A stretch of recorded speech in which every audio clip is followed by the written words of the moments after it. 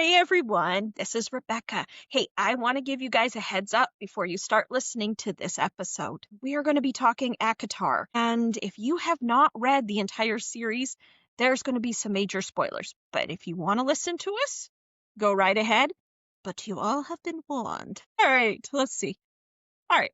Hey, book babes. Welcome back to Two Girls, One TBR. Your chaotic book besties here to wreck your reading list. One morally gray man at a time. I'm Rebecca, still living in the darkness of my villainous power and bloodlines.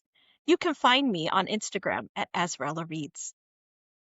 And I'm Chelsea, diving back into ACOTAR with graphic audio and plotting my next audiobook project. At Chelsea in Chapters has all my chaotic TBR adventures on Instagram. All right, well, if you listened to us last time, this is episode 2 of our ACOTAR miniseries. This one here is the one where power and mates and messy bloodlines collide. So last time we talked about a lot of different things that we could not remember because Yes. I haven't read it since last year. Chelsea's doing a re-listen. And we have discovered a few things along the way. Now, let's see here. Where should we start? When Feyre was talking about her mom being cold and detached and dying, not really noticing anything remarkable about her as far as the whole witch theory, but you said she died of typhus.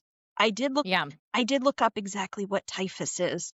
It's a bacterial disease that spreads by fleas, lice, and chiggers. That's horrible. The symptoms include fever, headache, rash, and is normally treated with antibiotics. So they obviously, but that's still weird. He was the Prince of Merchants and he couldn't get her an antibiotic. And listening back, I realized that they did mention, or Nesta mentioned, being upset with her father. So when Feyre comes back from under the mountain, she has that little talk with Nesta where Nesta tells her, I hired the mercenary to come look for you. We couldn't get through the wall kind of thing. And Nesta, there was that mention that she was mad at him for not taking one of those ships or finding a cure for the mother because it easily could have been found. Interesting. And then Feyre also, let's see, Feyre says she thinks she's only was asked to stick together was because of their true nature. And the mother would have been devastated with them losing their fortune. Right. So I had put those in because we were kind of thinking, why is it that Feyre is the one that is putting in all the work and feels like she has to stick to this promise that she made to her mother? And then during my re-listen, it reminded me that they had lost touch with all of their old gods in the human or in the mortal lands.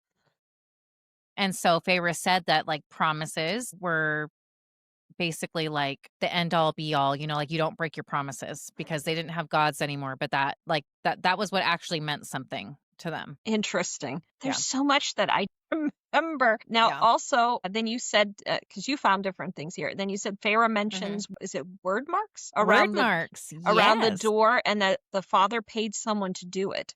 And you said that's heavy in Throne of Glass. Again, I haven't read Throne of Glass, so I don't know what that means in relation. And I don't want it to be like a spoiler for you, but we kind of have to make these connections as we go through. So word marks, they're drawn and they do certain things. Like there's protection word marks. There's, I think they can be, most of them in Throne of Glass, like that she painted on there, they were like to protect her. So it's interesting because when Tamlin breaks through the door, those did nothing. And even Feyre had said that she believed that her father paid a charlatan. It was just basically like snake oil that he drew these pictures. But I thought it was interesting. I'm wondering if we're going to get more in ACOTAR 6 with the word marks and if we're going to see the 3 different worlds collide.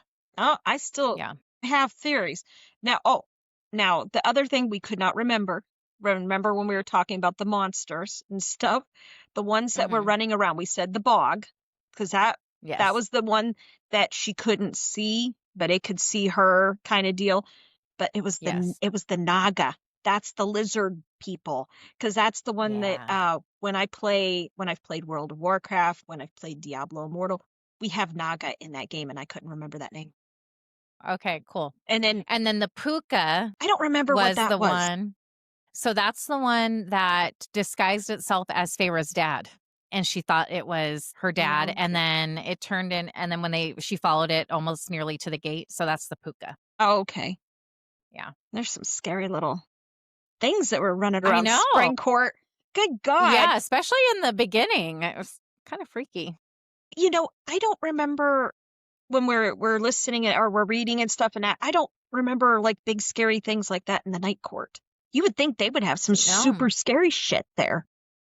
And I think that there were like in his Court of Nightmares, I feel like there's maybe some creepy stuff, You would but think. we don't really get much. No, but you don't see like random things like that attacking Right. people like in And then Springcourt. we also have to remember that Amarantha was the one that kind of unleashed the bog, the puka, Well, that's true. Yeah, because she was the then still adder. alive at that time. Yes. Yeah. Yes. So a lot of these nasty creatures are from her. And then we also, she was the commander for Hybern. Yeah. We did I can't discover remember that. what we called her. The Yeah, I can't remember what general, we I called think her. we called The her. general, yeah. So I guess that's the same kind of thing, Yeah, same deal. Same thing. Different word. Yeah. And then you discovered too, iron does nothing, only ash. But Only ash. I remember after you said that, because remember Elain was engaged and she had her Yeah. ring and it was iron, because after she turned to Fae, she still had the ring on her finger and she would Yeah. mess with it. So there's that. I forgot Yeah. about that when you said, see, you Yeah. remind me of so many things. Yeah. And then of course you talked about, you found where she says about her dad being the Prince of Merchants. That was an Yes. inherited name by 3 generations, and what it really was just debt. So, not necessarily just debt, but there were a lot of debts. So, even though they were still considered a wealthy family, because he had that money that was always coming in from different creditors, and he was, because the Prince of Merchants was his father and his grandfather before him. And so, basically, what they were doing was making investments for people. And so, in order to be making those investments for people and getting returns, they were able to like keep some of that money for themselves. Well, then when those ships were never found, they were instantly in debt. Like they didn't really have anything to their name other than They didn't have what any they had from their collateral. creditors. Would it be collateral? Exactly. Is that the right word? Yeah. Yeah. Yeah. They didn't really have anything in their own pockets other than what money was coming through them. So Feyre says this to Tamlin when she's talking about her family. Okay. Interesting. And then, of course, the one thing that drives us all crazy. Okay, is it Calumet? They say Callan May. Calumet. I always want to call it calamari, like the squid, and I don't know why. But but you found out though that all 7 High Lords perform this every year. But the reason why it was only Tamlin in the first book is because all the rest of them were under the mountain. Right. So they Yes. all have to do this to make the ground do something. Yeah. I don't know, but I think it's just. And then it doesn't really get mentioned all that much. I don't think if they mention it at all in any of the rest of the books. No, and I had read something, so outside of the listen, I had read something that said that it's believed that some of the other courts don't really make a huge spectacle of it. So while the Spring Court makes a big spectacle, which makes sense because they also do their tithe, and that's a big spectacle. And then if you remember Feyre asking like, well, aren't you guys doing the tithe like in the Night Court? Yeah. They look at her like, what are you talking about? No, we don't do a tithe. They have taxes, but there's no tithe. Yeah, because I think Tamlin liked sitting up on that throne and having Yes. people come and say, oh, here, I don't have anything. And then he's like, you have 3 days. It doesn't matter. Yeah. But not only that, but that's how it was done for generations before him. And so he thinks that he has to be stuck in this. And that's where Feyre and Lucien are trying to like break him down a little bit. And he's like, no, this is how I have to do it. This is how it's been. Now, from what I've gathered too, is Rhysand there, he's much older than Tamlin. Tamlin has only been sitting, we're going to say, on his throne of whatever, how you want to put it, for about 80 years, which Rhysand's been doing it for like a couple hundred years. Much longer. Right. So he has a little bit more of a plan, but still 80 years, Tamlin. You could have figured out some things in 80 years. Yeah, but he's still considered, and Rhys makes a comment that Tamlin is still very young, a very young High Lord. And back to like what we were talking about in our first episode, I think that has a lot to do with his relationship with Feyre, that his protector and that he's so young and he has so much on his shoulders that he wasn't handling his stress well. And so No, it all kind of came out on her. like misdirected anger. Yeah. And then, Yeah. let's see here. Now, when Rhys comes during Amarantha's reign to the Spring Court, Lucien is hiding Feyre behind him, and Rhys gets rid of the glamour because he can remove the glamours, I guess. And Lucien says, "She's my betrothed." I Mm-hmm. still love Lucien. I love I him. do too. And then Rhys reads her mind and realizes that she's Tamlin's. So maybe that does play a part in with Elain. Yeah, that's what I was thinking. That Lucien was so quick to say she's my betrothed to try to protect Feyre. That Would he when do it? Elaine comes out of the cauldron, and did he do the same thing in order to help Tamlin? Because He it's Well, I guess it's because Elain went in the cauldron first. Would he have Mhm. done it though if it was Nesta came out of the cauldron first? Yeah, I don't know. And well, if I think that if Nesta were Tamlin's mate, that he would have said it. And I'm also thinking we have to remember too that later on we realize that Lucien is the Summer Court's Hellion. Healing. It's his son. Lucien is his son. Lucien with that eye can read, he can see through glamours. He can probably see mating bonds. And so that's what makes these fan Fan theories. theories. Yeah, that's what makes these that gives it some merit to be like, okay, well, Helion, he also had the thing with the wards and the protection spells. See, Helion can do everything with spells and stuff. Remember, he Mm-hmm. has the vast libraries of knowledge. Right. But see, I have theories with Lucien. Now, we do have an episode coming up where we get into all of the High Lords because there's some wild theories out there with them. But it's just very interesting that Lucien is born.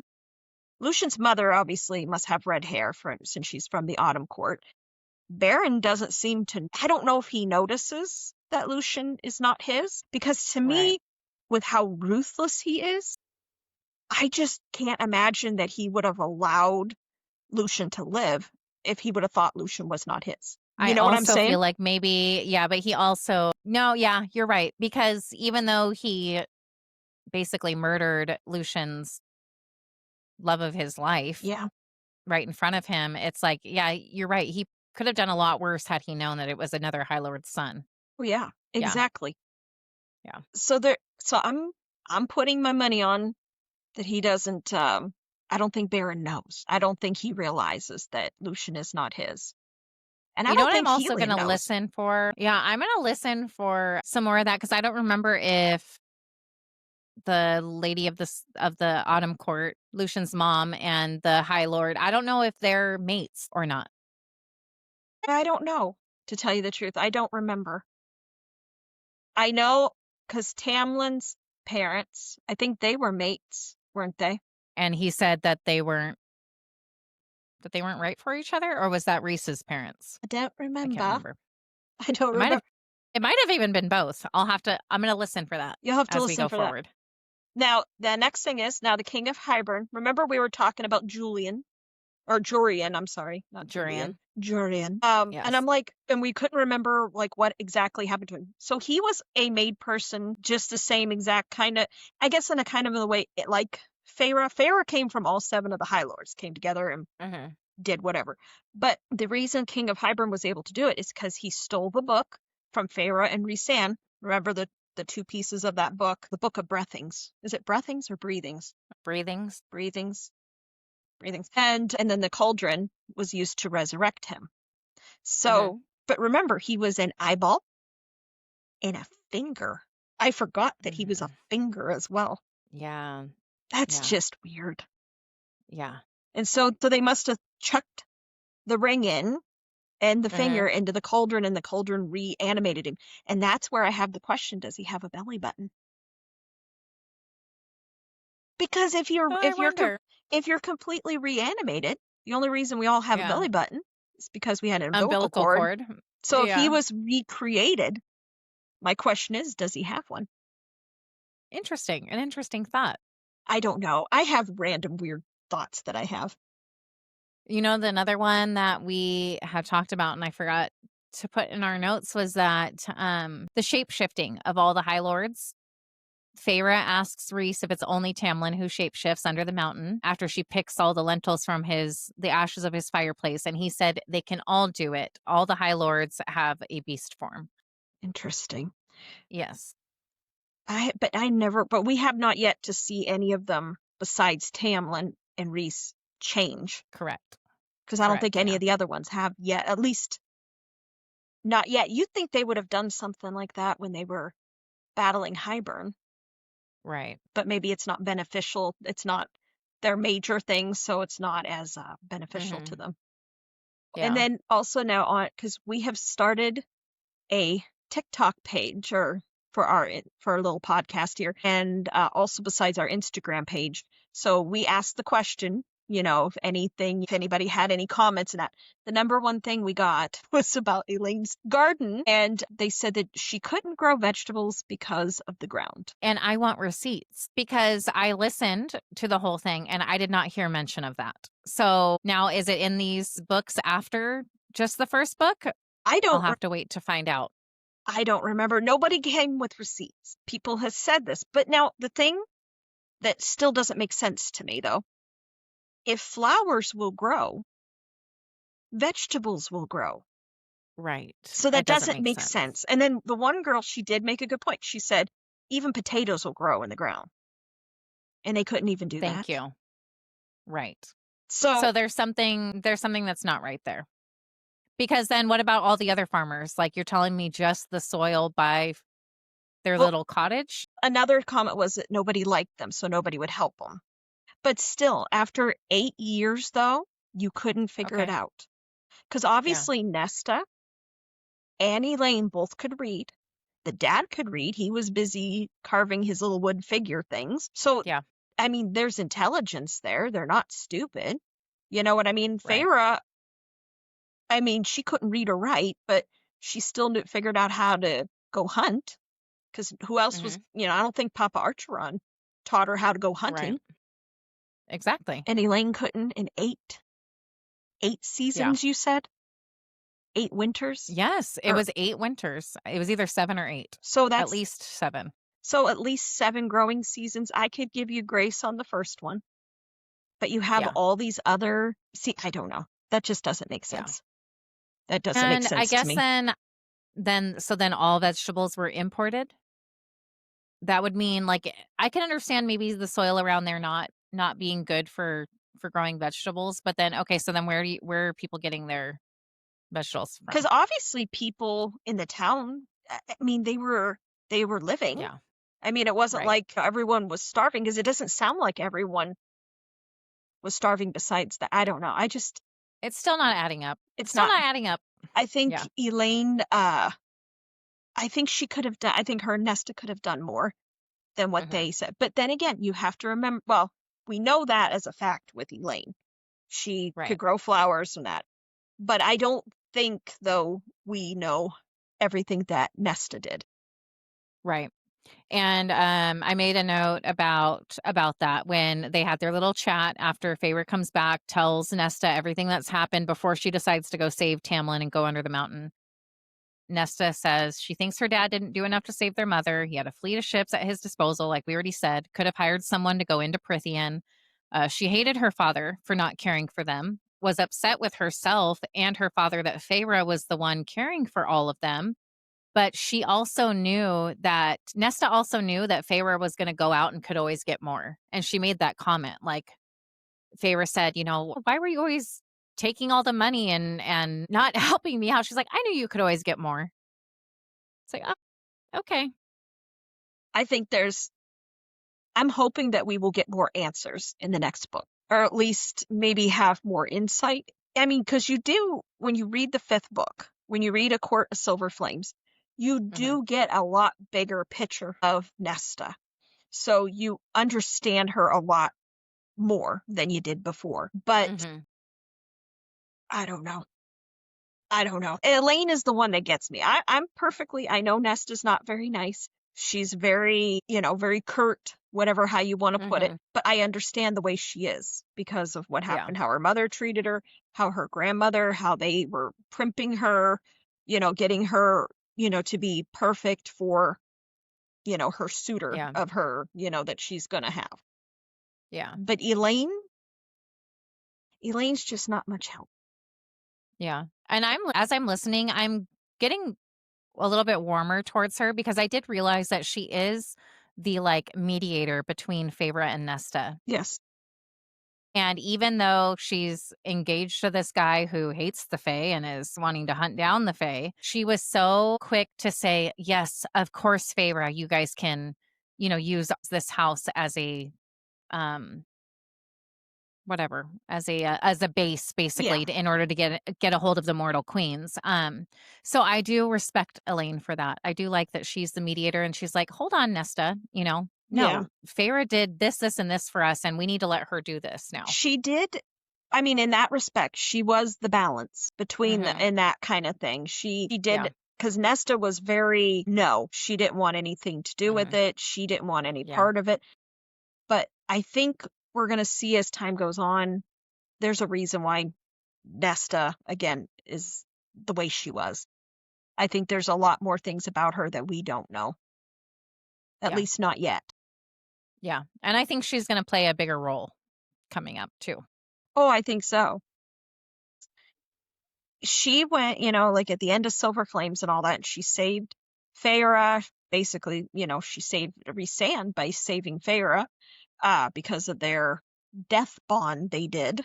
I remember Yeah. Amren was so mad at them. She's like, why would you do that? Because she had Yeah. no idea.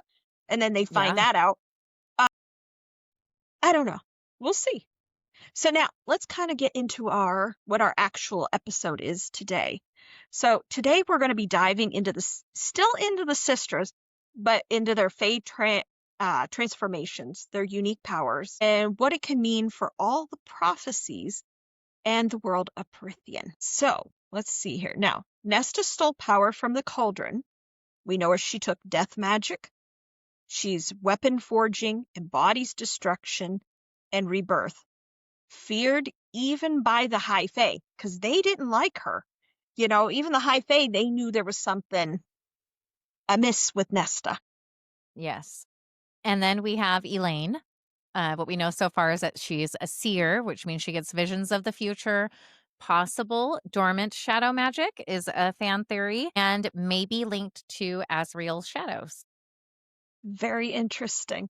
And then you take Feyre. She has the power from all 7 of the High Lords. Versatile, she's balanced, and she's the anchor of the trio. Now, is the first thing we're going to talk about is the Cauldron made transformation. Beyond a regular High Fae, they have unique primal magic. It's possible that they have demigod level abilities. And some of the clues they say is how, like people have said, like how the Faes have reacted to them. They have awe with them, but yet they have a wariness of all 3 of the sisters. And then all 3 of the sisters' powers are marked that are very unique. They're not just all the same. Because I don't think all Fae have powers, do they? Like the lesser Fae, they have more they have just distinct powers. Whereas the high Fae, they have a wide range of powers. So I guess that's the difference is that I'm trying to think of the best wording to use for it. But that's how I remembered reading it. It said that, the lesser Fae, it's So just kind of like basic magic, I guess it would be. now, since Jurian went into the Cauldron, I mean, now he's human. Does he have magical abilities now? Or is he just human? Have we gotten much more from him or out of him to know if he I has think, been turned Fae? I don't know, because he keeps everything very close to him there. Because Yeah. I don't know, because I'm trying to think back through the books. Once he was, created in the Cauldron, and then he appeared, they're like, oh, there he is. I always took him just as human, but I hadn't really thought about it. I mean, if he went into the Cauldron, but the Cauldron might have just made him just alive again. But it Right. seems like anybody that goes in the Cauldron does something to you. And it's questionable, what was the King of Hybern gaining by bringing Jurian back. Well, he said he was going to side with him, but how did he communicate with him when he was just a finger and an eyeball? Right. So that's the part I still don't get. I don't know if it's maybe because Jurian still wants to find that fae that went and hid. Yeah, because If that's part of it. he was very much in love with her, but she went with the other guy. There were so many betrayals there because he betrayed Amarantha's sister and killed her, I think her name was. and he Yeah. killed her, and that's why Amarantha did to him. That's why he became an eyeball and a finger. Yeah. And but he loved that other woman, but I don't think she ever loved him because she loved the other guy, and that's when they went into Right. hiding. Yeah. I can't remember her Unless name right they now. had some kind of mating bond click into place, and then that's why she left him. I'll have to. As you That's one to listen, revisit. as you're listening, what book are you on at this moment in your listening journey? Mist and Fury, so number 2. So you're number 2. Okay. Now let's talk specific now. Now, Elain, or I'm sorry, not Elain, Mhm. Nesta, we're going to talk first. Mhm. They considered her death incarnate. Well, you seen she put the mask on and all that. It did nothing. She could take it on, off. I Mhm. think when she went into the cauldron gave her certain abilities, but she stole certain things from the cauldron. But I Mhm. think there's something even more in her that's beyond like the extra stuff that she stole from the cauldron. Do you know Yeah. what I mean? Yeah. 'Cause I agree. I think the witch theory is gaining the more that we're doing this and deep diving into it, there's a lot of merit to it. I agree. Because they said the one thing when I had forgotten when they're talking in the Court of Silver Flames when she's going down all the steps and she almost falls, and remember she grabs it with her hand and her fingernails Mhm. spark on the Yeah. stone like iron. Yeah. That's not normal. That's It's not not just normal. normal strong fae. Yeah. No, there's something weird. Now, let's see here. Now, we know she can command the dead because she did that when she put the mask on. And they Yeah. bowed to her like she was their leader. We know she can forge weapons, Uh-huh. destruction, rebirth she does. Now, they said that it's the foreshadowing is key to defeating immortal threats, and maybe she's going to be able to destroy the cauldron if needed. Maybe she will have that, whatever that extra stuff, and she could destroy it. But I don't know if you Okay. can destroy the cauldron. Well, that was the worry during that big war was that everything starting to get like sucked in, like basically into the Well, cauldron. Like because it was Amryn and Feyre right up at the end there that were going to try to destroy it, I thought. they did something, because remember they went into the cauldron, because remember Amryn went in and she gave up whatever that special part of her that was there, because I have my theories on Amryn, but that's next episode. Yeah.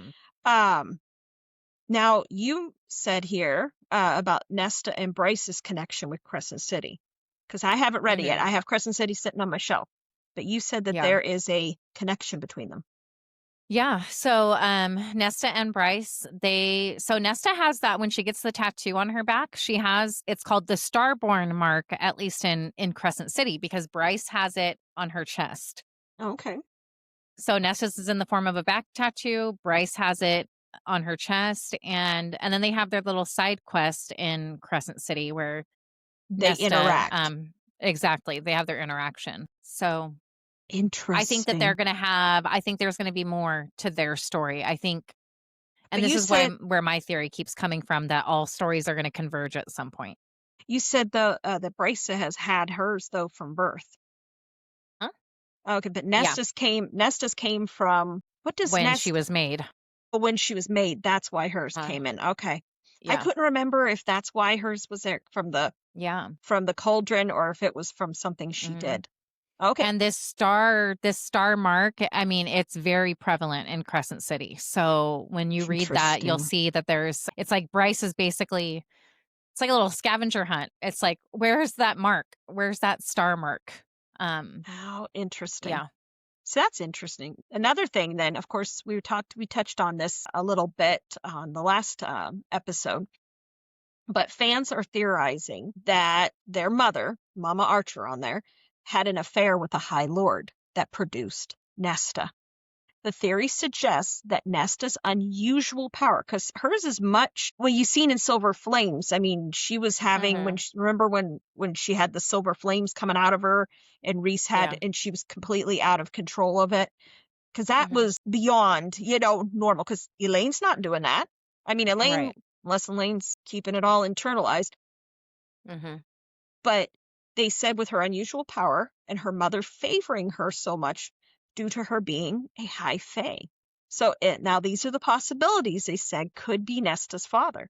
Could it be Tamlin? Because she makes the remark that she didn't understand why Feyre liked him so much because he was so similar to her. Could she be Tamlin's daughter? Because remember, there's weird things because he says, like, didn't your mother tell you about us? It's like he knew their mother. See, there's that theory. Then there's a theory that it's possibly Elain. Because Elain, remember, he likes the ladies and all that. But I think he likes the ladies and the guys, doesn't he? It didn't matter to him. He does whatever he wants. Whatever he wants. He's ready for anything at any time. Yeah. That's why I love him. And then now another one they suggested, which I think is a long shot, is that it's Koshi, the death god, is her father. Because she could... No. I don't know.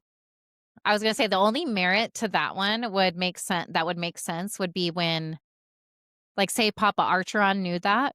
And so when he went and made the deal, he was like, I'm going to save our daughter. Like, Papa Archeron raised her, but Koshi's actually her dad. So, I mean, it does have merit. It does. I could see it. Yeah. It's a reach, but I can see it. But just like what you just said there, now think about it. We talked about this last time, because what did Papa Archeron do that he made such a deal with Koshi?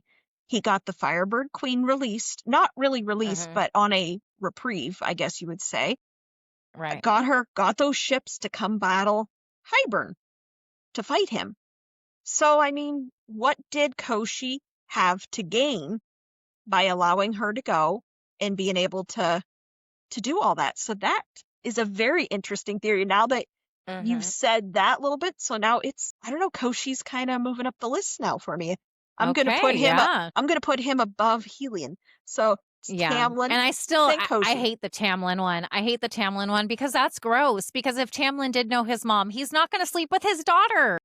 Well, he didn't sleep with his daughter. Nesta would have been her daughter. It would have been her sister. But Nesta and Feyre and her mom all have the same eyes. And I don't know. I just feel like...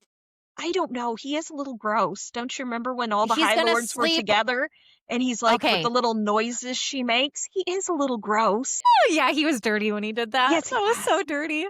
It was good, though. It was very petty. It was so petty, and I loved it. Yeah, that theory grosses me out. Tamlin is the Lord of Petty. He does so well in his pettiness, and I love it. Oh, that cracks my soul inside. Yeah. Oh, and then, of course, as I was saying about her nails at the House of Wind, and she's fallen, and they scrape, and there's sparks. That's weird. So I still don't like that Tamlin's her daddy. I don't think so. That's my final thought on that one. I don't think that's possible. But Koshi would be an interesting one because we know Koshi, the Weaver, and the Bone Carver have been there thousands of years. How long? Because we know the Bone Carver was in that prison for at least 1,000 years that we know. 1,000 years. That's long before Tamlin was born. That was long before Rhys was born. All of them, because they're only 500 years. Yeah. So that's interesting, though, because who knows? I mean, he could have went around because we don't really know 100% if Mama Archeron, was she just human? Was she a witch? Was she hundreds of years old? We don't know because could have been some crossings of paths there. Okay, so that's now I'm also thinking of another. I'm thinking of another quote where Feyre had said that her mom really respected her father. And now that I'm thinking about that, I'm like, do you think that deep respect for him came from her coming to him with a child that wasn't his? It's very being possible. Nesta. Yeah. And so her respect and love for him was based off of the fact that he took on that father figure for That's her very eldest possible. daughter. That is Yeah. very possible. I mean, or was she pregnant when she, decided to marry him? Because, Yeah. there's a lot of theories. That's So I interesting, really though. like the crochet thing. I like the Koshi, and I like that she's a witch. I think I still like those Because theories think together. about it. Think about it. Now, he's a death god. Okay. Mhm. And then you take her as a witch. Because remember, Nesta, glamours don't work on her. Why don't they work on her?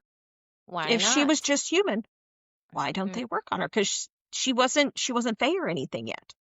right. So if she And had some more stuff. Mhm. like you said, where you said even other Fae were afraid of Nesta, which is true because even as a human, she was made different. Feyre had made a comment about that. Like, even as a human, she's made differently, and people were wary of her. So imagine her having all this power now. Oh, yeah, because I think a lot of it was trapped within her. Because I think Hmm. the mother did something that the mother or the grandmother, because we could even throw the Hmm. grandmother in there, Yeah, maybe they binded their powers. Because witches can I like bind. that idea. I like Because, that. Yeah, and then when they went into the cauldron, it took because they were no longer human, maybe it broke the yeah, bond. yeah. Because if any of That's you, good. because if any of you now are fans of Charmed, I love that Hmm. show. I'm not so much. I haven't watched the reboot of it, but the original Charmed, I love that show. I had it all on DVD. But that's what happened when the grandmother died, because they had all their powers bond, or they were bound. She died. Hmm. That broke it. And then they had their powers. So maybe when they went into the cauldron, and Feyre, because she had technically died, and then when the seven High Lords brought her back, it broke whatever, and that's why she was everything that she is. Yeah, Interesting. See, that's a solid theory right there. I like it. Tell us if you agree or disagree, but I yes. like it. I don't know. It's interesting though. So think about the mom's a witch. He's a death god. That makes Nesta. That would make Nesta. Yeah. I mean, because now Papa Archeron, now when he came back though with his ships, he rode the Nesta because he said that was the child. But a daughter can be, even if she's not your blood, he raised her as his daughter and he loved her. Yes. And I think Yeah. there's something with that. Yeah. There's something that he had to prove to her at the end there. Yes. Even though you're not my daughter, maybe by blood, Maybe that Nesta, he still loved her. maybe that's why Nesta was always kind of to him. Maybe she always had a feeling, or she always knew maybe Felt different. that he was not her father. Yeah. But I do think we know Elain belongs to him. We know that. Yeah. And I think Feyre was his as well. I don't think they had, Hmm. but I think they were his children, but Nesta, no. I'm Yeah. st- I'm gonna die on that hill. That's Yeah. my I like that's my that. hill. Hmm. Now the next one, of course, we have Elain, our Back to gardener, Elain. our Yes. gardener. But she's a gentle seer, but I think she's a silent threat. I Hmm. think she's so quiet, and then now that she has us, we know she's seeing things, Right. and she's not saying a word. Do you think that when she told Cassian, like when he says it'll take more than that to kill me, and she says no, it won't. Do you think that that little prophecy of hers, or that it was fulfilled by the war when he had his wings shredded, or do you think she still saw his death past that war? I think she saw his death past the war. But I think that's with anything, though, the future is always ever changing, though. Just because she's seen it then, that doesn't mean with the events that have happened since that is still the truth on that. But Okay. there's theories involving if he does die, what will happen. But I don't know if we talk about that today or it's next episode. I think maybe because I think the next episode we talk about the Night Court. So I think the Yeah, theories the are inner in that circle. one. Yes, we talk about some things involving that. But now we know that she's having visions. She's having the future glimpses, the hidden truths. Elain knows things, but Elain is staying very quiet about things. And see, this is what bothers me about her. I think there's something happening to her. She's being too sweet. You know what I mean? Because I mean, she was real odd there for a while, remember? And she just sat there and just sat and just didn't respond to anybody. But she picked up on Lucien and stuff, like when he came in, and she said to him, "You're the one from my sister's stories." You know, so she was there, but she was very traumatized. But now they're saying that it's possible, these are theories, that she has dormant shadow powers, void magic. I'm not really exactly sure what that is. Dream manipulation, because I could see her being manipulative because she's very sweet. People would never see it coming. And she might have the ability to glamour. So she can present things the way she wants them to be presented. Okay. And then this is where people come in with saying that she has a connection to Azrael. Okay. They said that she may be the mirror to his shadows. He's dark. She might be light. Okay. So maybe that's why they're connected somehow. And she could have the power to go unseen and unnoticed, and it could be a form of shadow singing. Because you know how he can disappear into the shadows and he can watch people? Maybe she can disappear and be unseen, and that's why people don't notice her when stuff's going on. You know, because they think she's innocent and sweet. Yeah. And so nobody notices when she's doing things. I wonder about the void magic, if that means like she can counteract things, or more like she can send things into a void. Oh, maybe. Because like a void magic, maybe she can send things into another dimension or something. That'd be cool. That would be cool, but I couldn't imagine Elain doing it. But that's very interesting. Yeah. Because I don't know. But they say others think though that Azrael, it says here, let me see. It says others think that as Azrael reveals secrets in the shadows, Elain will reveal secrets through her visions. But that's a seer. I don't know. Maybe they're connected because there's something there with them, but I don't think it's a bond. I don't think it's and that. Remind me what happens to his shadows when he's around Elain. They creep away from her. They don't like her. Okay. Because there's a reason. Gwen sing. They sing. They like her. And with Moore, they just, because there's something with Moore too that I'm trying to remember. But I know with Elain, they don't like her. Okay. They creep away. I feel like with Moore, they disappear, or they go away with Elain. With Moore, it's almost like they're standing at attention, like they're always ready. They're watching her. Yeah. And then with Elain, okay, that makes sense. And that maybe I can maybe see with like her void magic, if we're talking void magic as in counteracting, if it's like she's pushing those shadows away, like you're not going to know my secrets. Oh, that could be. Yeah. That would make sense. That would make sense. Interesting. But they're saying they think that theories are that Elain could be a sleeper powerhouse. We think that Nesta is a crazy person, being real extremely powerful. But they're thinking that she's a sleeper and she's going to emerge as something much bigger than anyone anticipates. I like it. Interesting theory. Yeah, I do like that one. And then we need to make some we need to talk about Feyre a little bit. All of her powers from all the High Lords, shape-shifting, water, fire, air, and shadow, etc. Yeah, she can do all of them. Yeah. That's interesting. And I don't think we've really seen the full extent of what she can do either quite yet. No, because think the time frame from when she became, back here created to the last book. I think that's maybe like a year's time. That's not very long to learn everything that you can do. Because we know little by little she was having more and more things. Because like when she was around, what's his name? The one from the Summer Court, Tarquin. When she was around him, she was able to do water. I mean, and then she was around Baron, around his son and that, she was able to do the fire more.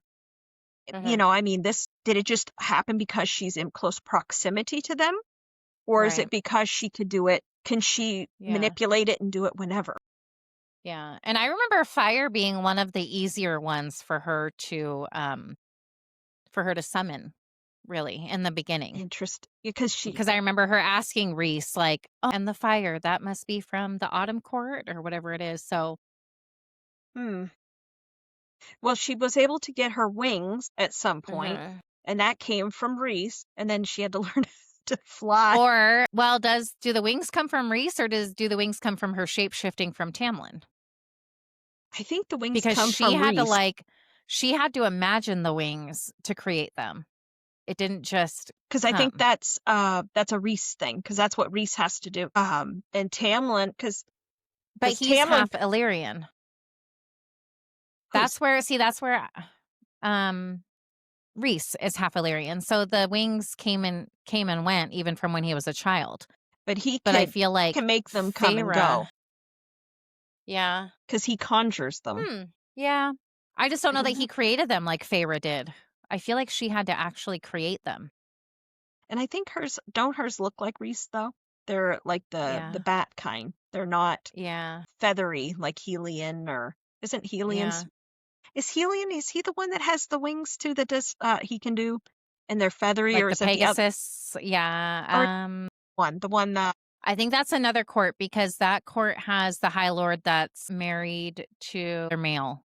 I know, but I can't think of his name right now. I know I can't either. I can see him in my mind. I don't remember his name right now. It's not the Dawn Court? Is it Day Court he's from?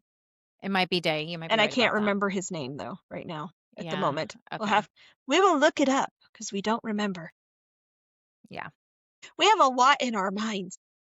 Yes. But now is it possible with the three? Because remember I watched Charmed, the three sisters, the Trinity. Maybe with the three sisters, it's destruction, which is Nesta, foresight, which is Elain, and Feyre is balance. So maybe with the three of them together, they're going to be something to reckon with as a powerhouse. Just the three sisters, instead of it just being one of the sisters, maybe it'll be their powers combined. Yeah. Because we don't know what kind of threats are coming in book 6. We know Sarah does something insane. I'm sure something bad's coming. Yeah. What's coming, I don't know, but something bad's coming. Because it always is, because we had Amarantha, then we have Hybern, then we had the Queens, but we have Koshi coming. That's who's coming. Yeah. And I'm still not, I just cannot think that the Bone Carver and the Weaver, I just don't see how they died. They're death gods. I don't think they did either. I think it was more of a, like, I think they're going to have to regenerate, or they just went off into, I don't think they necessarily died either. I don't think they die. I don't think they can die. Because they came through and they tore shit apart. And then what? And then they just disappeared. Because Bryaxis also, we're expecting a comeback from him. He's somewhere. I'm assuming. Yeah, he's somewhere. He's somewhere. Well, they hinted to it, or Sarah hints to it at the end there of the little novella when Moore's up on her property and she could see something, but something shadowy looking at her, but it's either him or that was Azriel watching her. But I think she would pick up if it was Azriel. Yeah. Well, and Feyre made a deal with Bryaxis. So I feel like he's going to have to come back.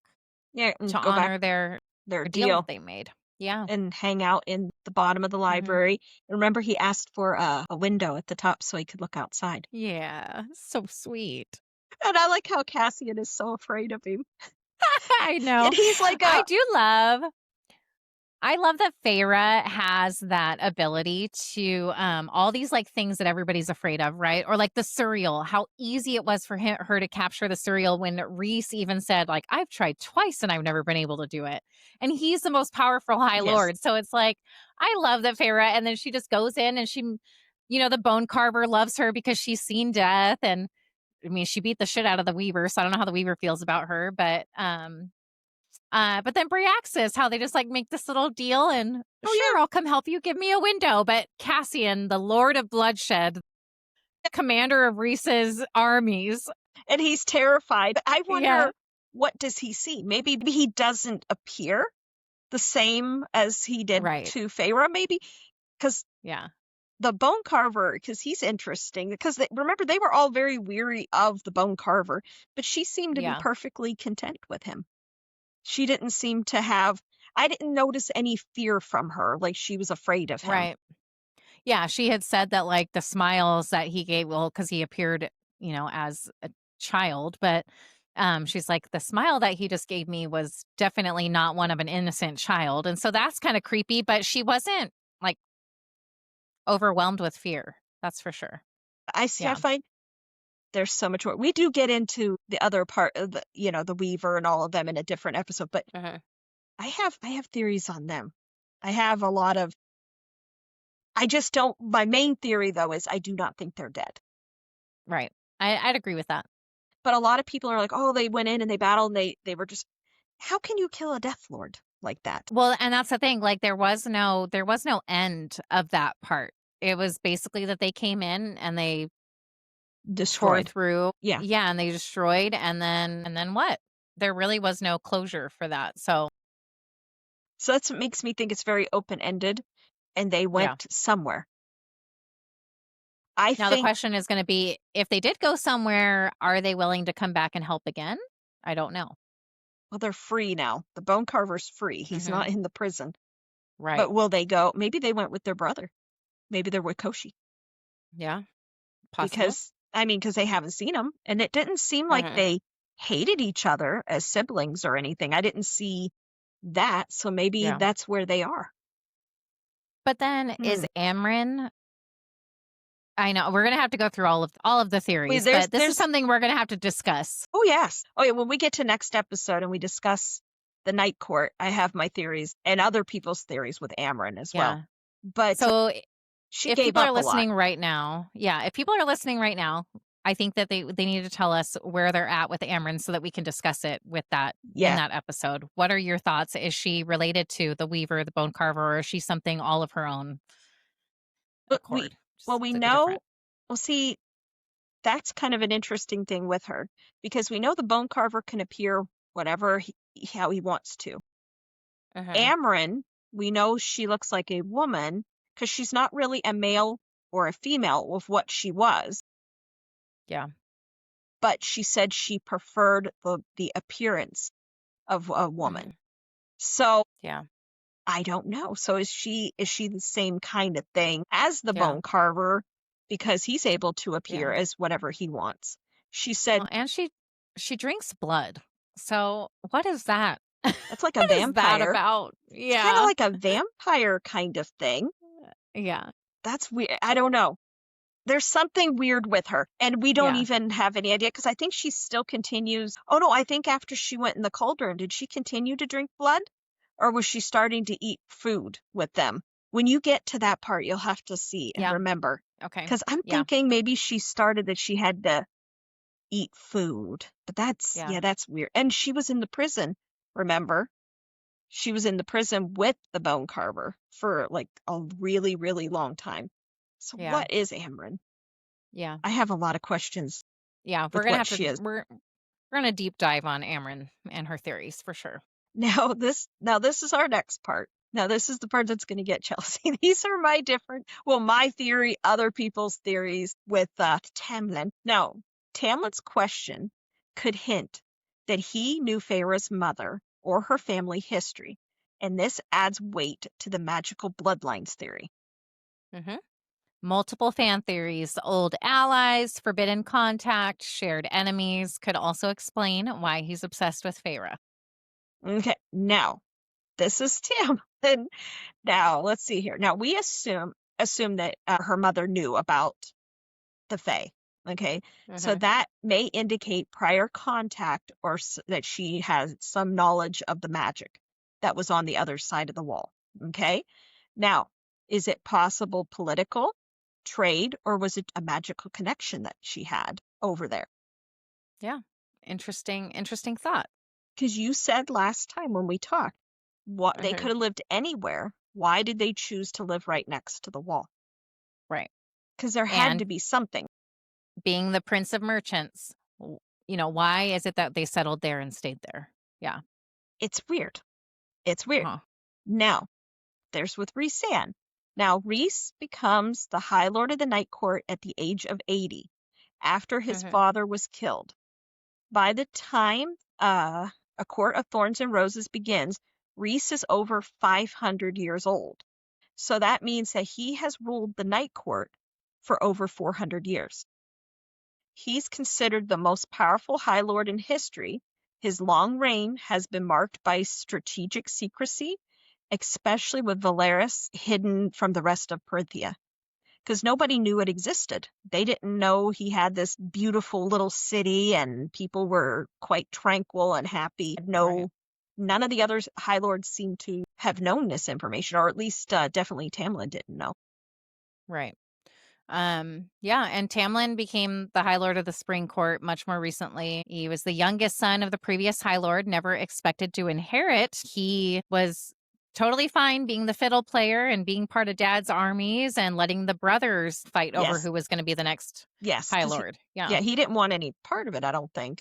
But then they were all, I don't know how many brothers he had. I don't know if she ever says anything, but I know it was brothers, plural. Yeah. Some say that Rhysand's father and Rhys himself, what says here, are the ones that killed Tamlin's father and his brothers. And then I feel like that's true, and I'm going to be listening for it too as I keep going, because now that we're getting more of Rhys and Feyre's dialogue as I'm going into Mist and Fury, so I'll have to see if that comes up.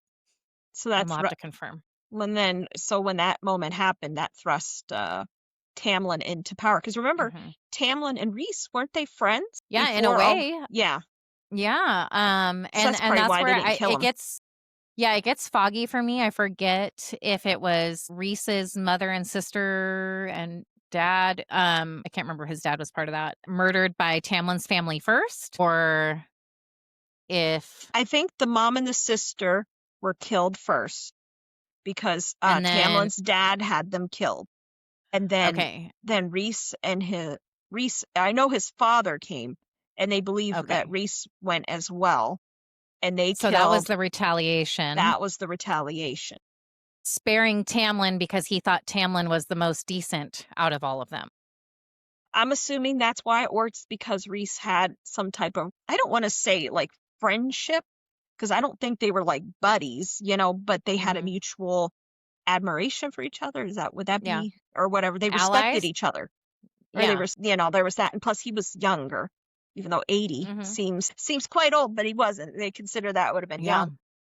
Yeah, I feel like all the way, I feel like up until Rhys basically became Amarantha's whore, I feel like he and Tamlin had a somewhat respectful relationship. Maybe it was just Rhys was just biding his time.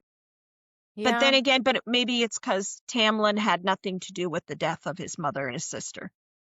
Yeah. So, it wasn't his fault that happened. So maybe that's why they had a halfway okay relationship. Yeah.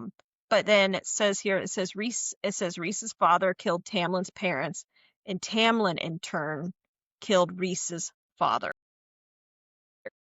And then remember, they supposedly took the wings from Rhys's mother and his sister and supposedly had them at Spring Court. But remember, Feyre looks all over and she never finds them. So, and I forget if she straight up asked Tamlin. I don't think she did. I think she just looked for them. I think she said something to him, I'm thinking. And he said he had got disposed of them a long time ago. But that sounds right. But see, now I have a thought.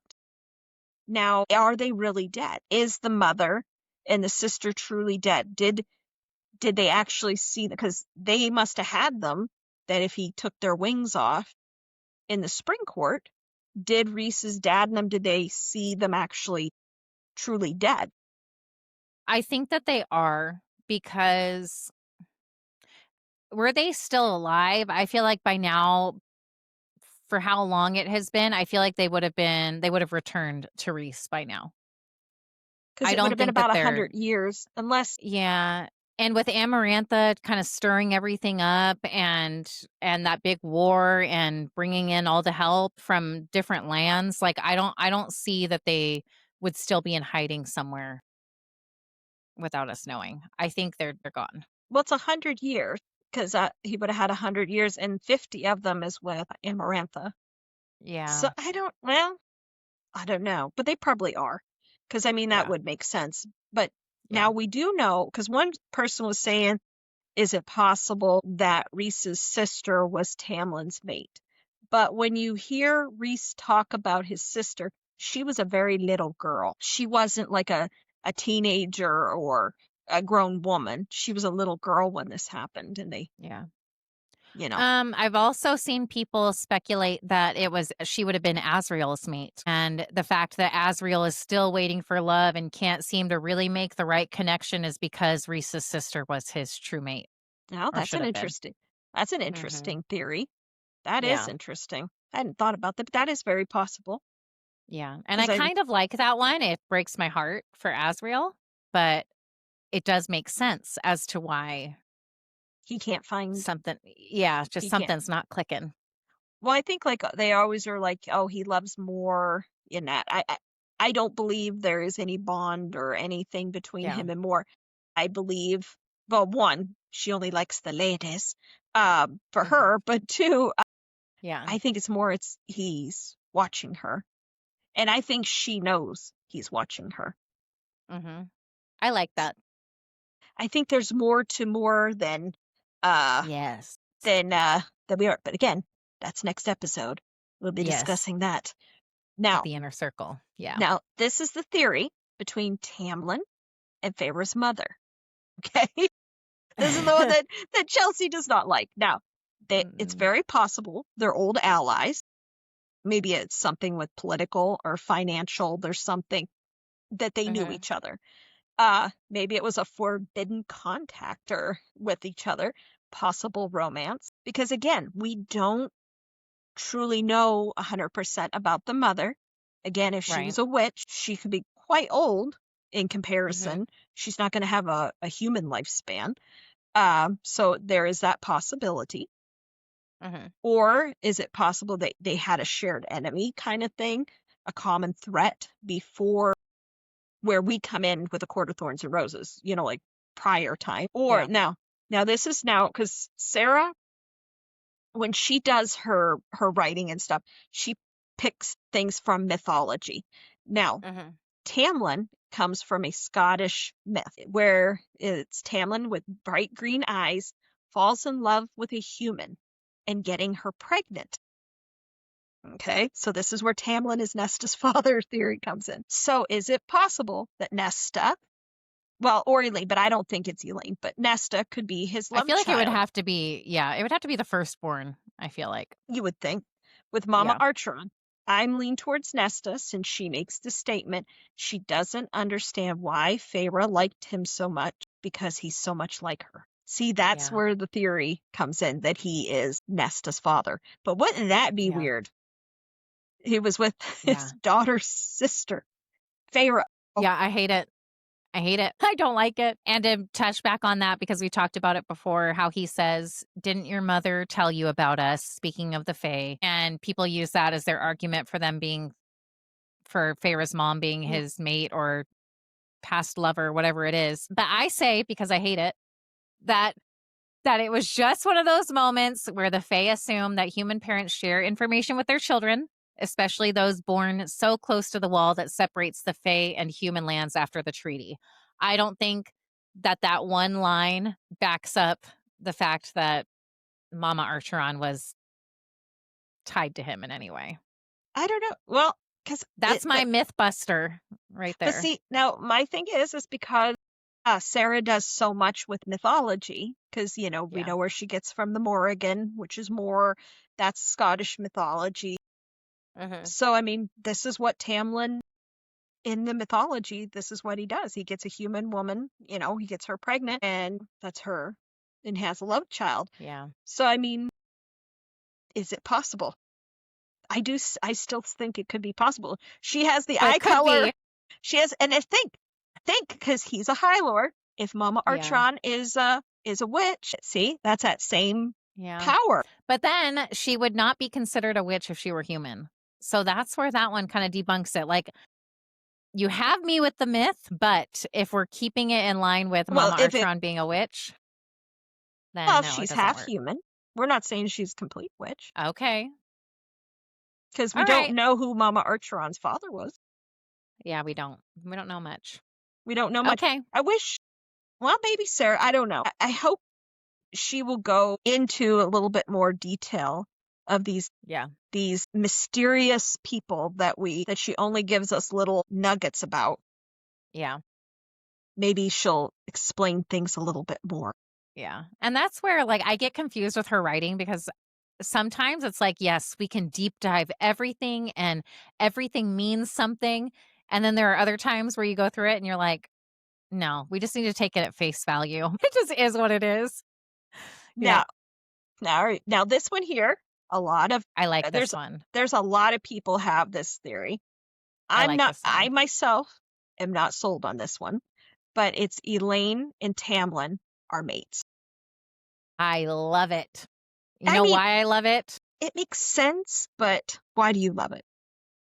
Well, we have it on here as one of our points, but Beauty and the Beast.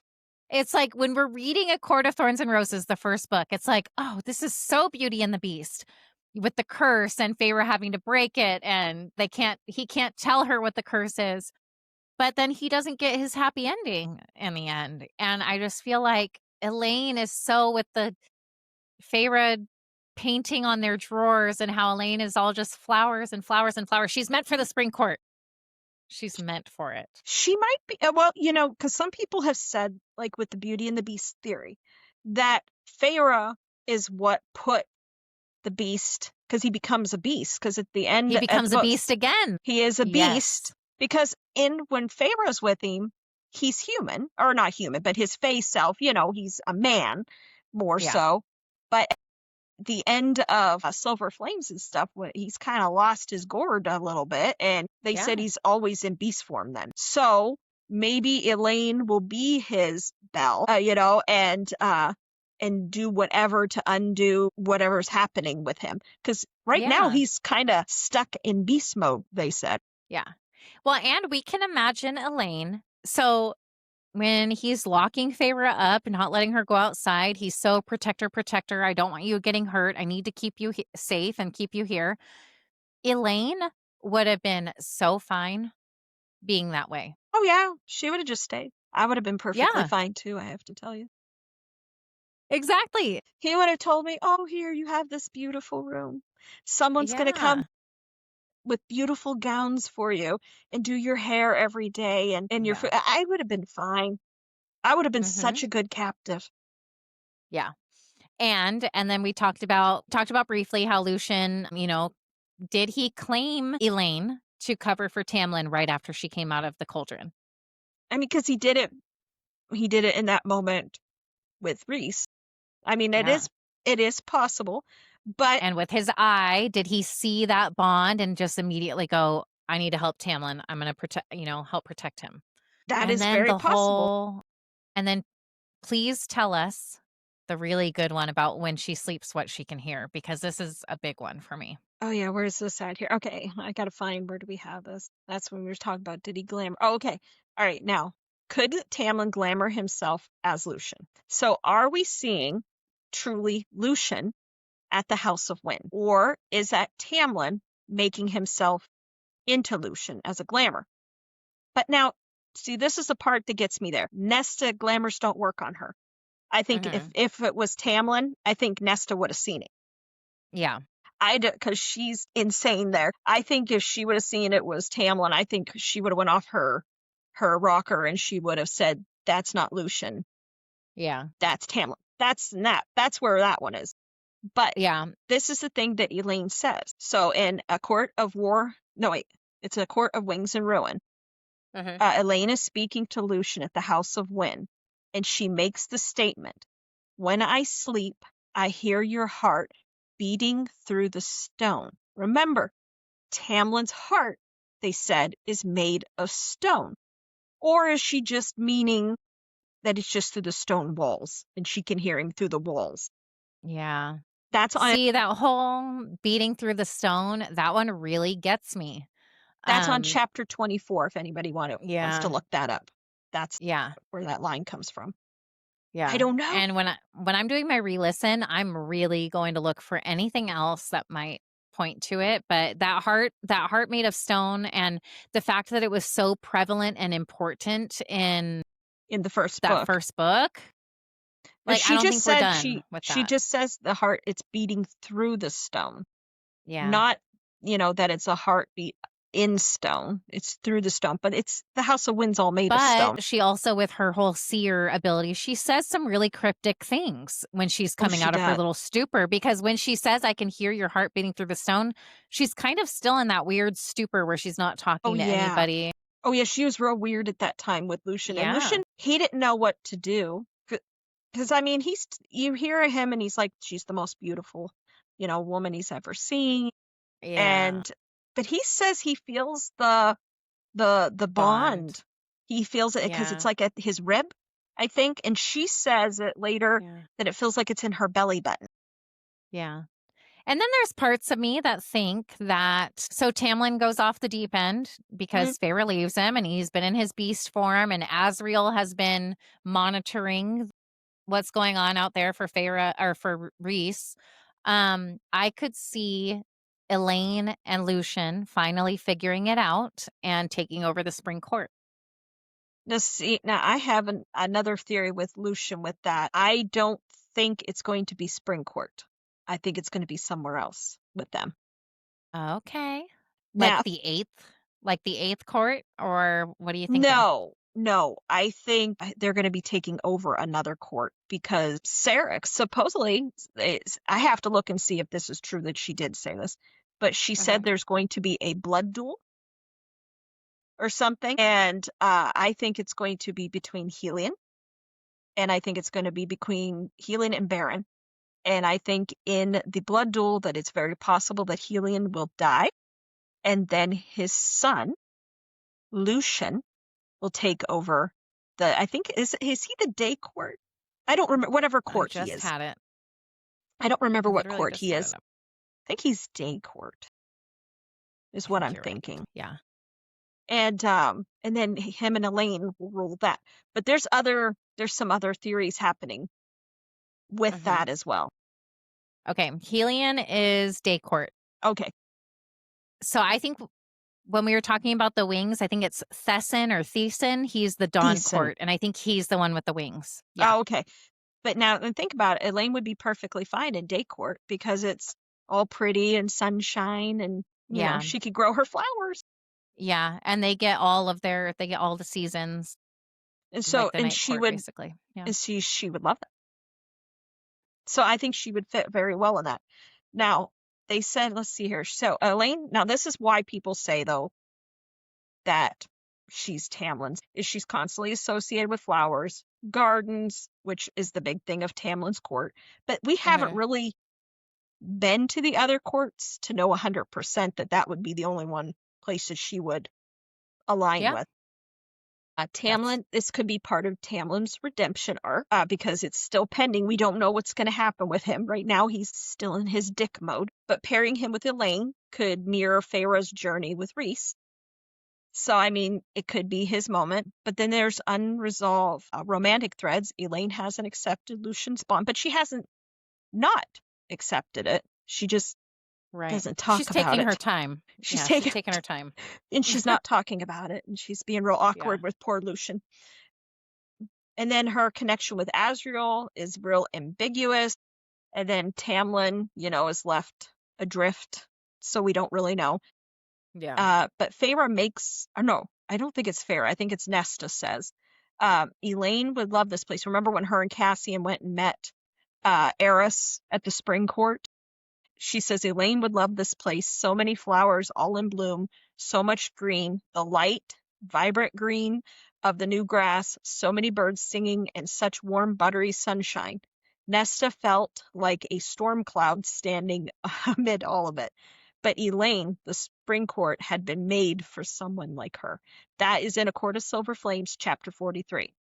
That statement was made. Boom. But that's Elain saying that, though. Or Nesta. I'm sorry, Nesta saying about Elain. I mean, I don't know. I think we're going to see it. So we'll see. But as of right now, for me, I don't think Elain is Tamlin's mate. But Okay. Chelsea, I know you're hoping for that one. Yeah, there's something about it that I kind of hope it happens that way. Like, I think, and part of it is because I think Lucien deserves better.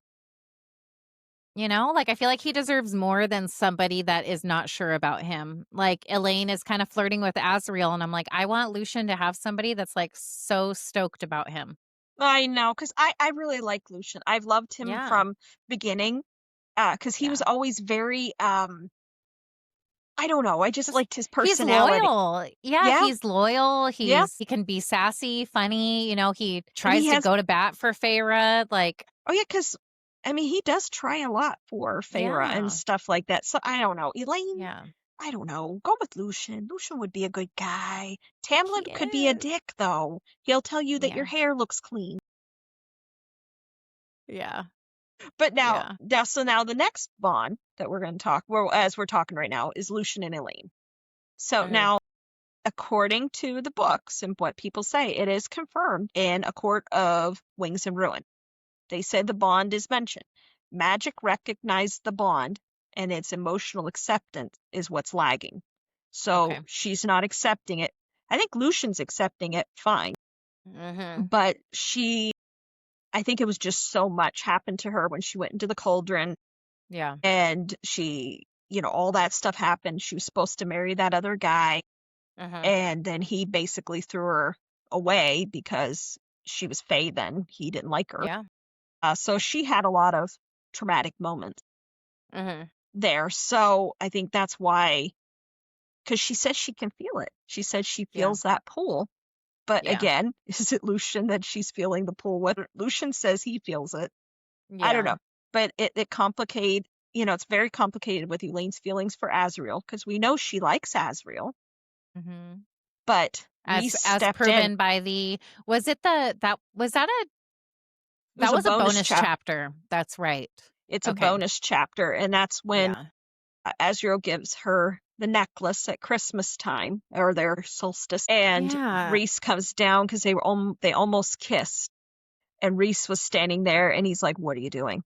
He's like, "Her mate is right there," because Rhys is picking up on the mate bond, because he says Yeah. Lucien, and remember in their mating bond thing, because he's real nuts because of the way it is.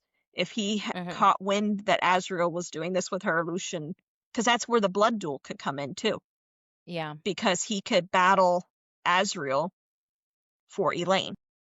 Mhm. So there's that. Yeah. But no, if you guys haven't read that, check out, it's a bonus chapter. You Mhm. can find it online. I think I found it on Reddit, is where I found it. Somebody had Okay. posted it, Yeah, I remember Googling it and it being very easy to find. because it was like extra from like either the Barnes and Noble Yeah. edition or something like that. Because Yes. there's extra chapters in that one. There's Yeah. extra chapters I think you can get with the Silver Flame. Certain one of the books she Yeah. has, there's extras and you can Yeah. read them, but they're very important if you find them. Now, and see, like this whole triangle with Elaine, Azriel, and Lucien, and it's even becoming kind of a square because Gwen and Azriel are kind of having that little thing. And Mhm. I just hate that, like, so like I said, I think Lucien deserves more. I agree. I think, and even with like what Elaine and Azriel are basically, because they have feelings for each other. I don't think it's But then feelings. Azriel, I think it's well, lust. yeah, but and then Azriel going and being like, "Oh, well, I can't give this necklace to Elaine anymore because Rhys isn't going to let me. So now I'm going to go give it to Gwen." No, you don't give something that was meant for another woman to somebody else. That's the same thing as if any men are listening, if you go and you ask a woman to marry you and she says no, I understand you spent all this money on a diamond ring. Do not keep that diamond and then give it to your next one you want to ask. Because if she ever finds out, it will not go well for you. Yeah. Pawn Don't do it, that. take it back. If you're not sure they're going to say yes, yeah, Yeah, nope. don't do it. Or No, just, make sure that you can return it within 30 days. Don't. yeah, don't do that because most women No. don't want the same ring. See, Now, and that's where, like, with Azriel, I'm like, oh, what are you doing, bro? No, you and Elaine actually kind of are made for each other if that's how you're going to be. now, and Gwen now, and of course, she doesn't know that it was a gift that had originally went to Elaine. So Right. when in the next book, I'm assuming it's going to play a part. Wait Ugh. till Elaine sees Gwen with this necklace on. Because you know it's Ugh. going to happen because she's It's going to friends with happen. Nesta. And Yep. is it going to cause some big moment? You know what I'm saying? Because Yeah. Elaine's going to be, maybe that's what's going to, she'll see that and that's what's going to trigger Elaine, and whatever was sleeping inside her wakes up because she loses her Yeah. shit. It's possible. Yeah. That whole situation's giving me the ick. I don't like it. It's That's gonna, why I think they have other people involved. I think her and yeah. Lucian should just, in my opinion, her and Lucian should just, I think they're going to be together. Now, Lucian's reaction now, he immediately was affected physically, Hmm. emotionally. The bond tugs at him. He Okay. described it as painful as a pull to his ribs. Elaine's response, now she doesn't reject the bond outright, but she just avoids him. She's Hmm. distant, but she's polite, clearly uncomfortable. I mean, I guess if you didn't know some man and all of a sudden he tells you you're his mate and you're there, Right. you're going to be with them forever and you Yeah. don't know them, I guess you would be awkward around them. Yeah. Well, and she's still having to grieve. I mean, this literally happened like this, where she's still grieving the loss of her fiance that she thought she was just going to marry. So, yeah, I'd be a little standoffish too, I would So, think. I mean, so it is slightly understandable there with her because, her trauma, her transformation into high fae, it's Mm. complicated everything. Now, Lucian, though, but Lucian, I have to give him credit. He's been sweet about it, even though it's hard for him. Yeah. He stays respectful. He's never pushy. Yeah. Remember, he would bring her gifts, try to connect with her, but he gives her space. It's resistant wrapped in longing because because when he talks, this is where, again, I don't think he's Tamlin, Hmm. glamored into Tamlin. Yeah. Um, he really does like her. He feels Hmm. something more, or maybe he's more prepared for the feeling of it. So Yeah. obviously the girl that he had in Autumn Court that his father killed she didn't have a bond with him because I don't know if you get more than one bond in your life. That was something I was going to bring up. Yeah. Do you get another chance at being somebody's mate? And also, like, what sucks about the whole thing with Lucian is being so respectful, and it's okay that Elaine is being standoffish because she should get the right to choose. But then she's going and flirting kind of with Azriel, and it's just kind of like, oh, you can't use that energy to maybe like feel Lucian out. Yeah. She's putting her energy into basically ignoring him. Oh yeah, because she's real odd around him. Remember, like he would Yeah, be real sweet there at their yeah. winter solstice thing, and he brought her little gifts, and she's like, "Why are you Mhm. being mean to poor Lucian? I like Yeah, feel him. him He doesn't out at deserve." least. I mean, don't be Yeah, mean to him, but I mean, yeah. that's just I don't know. But now this is then they say that the powers parallels. Elaine is a seer. She's able to glimpse truths and futures that others can't see. Lucian has, as you said, his magical eye. It sees through glamours and illusions. Another kind of truth seeing. So it is similar. They have the shared ability is rare. It may explain why the cauldron paired them. Potential Mhm. for powerful offspring, and it could also be a symbolic kind of thing with it. Yeah. So I mean Yeah. that might be why the cauldron put them together because he has that Mhm. ability, and so they match together. Yeah. And I liked the emotional undercurrent about Lucian, his own identity being fractured, quite like Elaine's. Like Elaine was a human, and now her whole identity crisis with being forced into the cauldron and coming out. Lucian's own identity is like a work in progress. He's got the spring court, the autumn court, day court. We're finding out that he still doesn't even know with No, his actual birth father, biological father, and he's searching he's trying to belong somewhere. It's like now he's hanging out at the night court with all of them. yeah, and he went back to the human or back to spring court with Jurian. and Yeah. the Firebird Queen. Yes. So I think he's kind of like when you watch Rudolph, do you remember on the little Christmas movie, and it Yeah. was the island of misfit toys, remember? That's Yeah. kind of what they are down there, Yeah. the Firebird Queen, Jury, and Lucian. They don't really have a home per se. Yeah. And so they Yes. all kind of cling together. I see, sometimes I think in my mind, is it possible that the Firebird Queen and Lucian will have a moment because she's fire and he's got that fiery red hair? He's I do Lucian. like that. Yeah. I don't know, but I think, or is she going to be with Jury? And that's always a possibility too. But Yeah. Lucian's he is very fractured. Mm-hmm. And I He doesn't think have a place that's his own. I don't think like the whole, and this is where we're going to debunk the Tamlin being glamored as Lucian also. Tamlin would not be able to handle seeing Feyre and Rhys in all their glory like Lucian No. does. Yeah, Lucian is hanging out with them every day, is in it, is focused on Elain. Like, there's no way Tamlin would just snap out of being okay with Feyre no, he's too much and of a dick. Rhys. And the way he acts when they do their meeting with all the High Lords. Oh, yeah. And like you said, his little comment and him being petty. No, there's no way. Yeah, so Yeah. I believe Lucian is Lucian. And he's lost his mind down in Springcourt in his beast form. And he's lost his mind at that point. But now Azrael, his presence, though, it complicates things because he likes Elain, it's because that's why I said I think it's more of a lustful thing between Elain and Azrael. But because remember, Sarah speaks of Azrael and said he has the largest wingspan. Largest wingspan. And remember her saying that he is the most classically handsome, classically beautiful out of Rhys, Cassian, and Azrael. Oh, yeah. And Elain is mentioned as the beauty of the three sisters. And Azrael makes that little comment about, think about it, Rhys, like Cassian gets Nesta, you get Feyre. Why is the other sister not meant for me? We're the three brothers that are supposed to take these three sisters. So sad.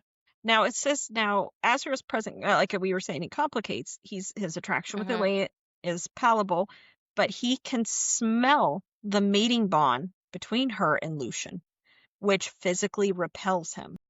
Yeah. So is that why his shadows go away from her? Because he can smell the mating bond and his shadows are like, she's not meant for us. So we need to back off, kind of thing. Yeah. I mean, that's possible. I know, I feel bad. But he's so good. He's so good looking. He could get any woman. I don't know. He'll be fine. With his wingspan, he'll be fine. I think his wingspan gets him a lot of interesting things. Yes.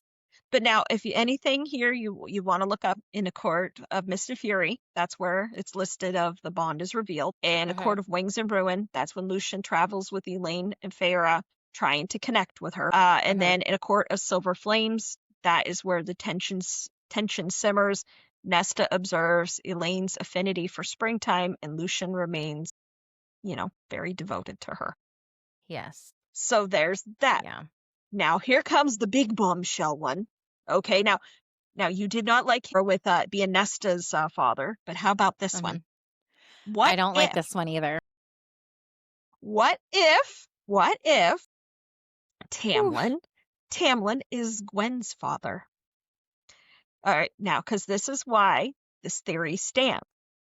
During Calumet, the Great Rite, Gwen's mother participates in it.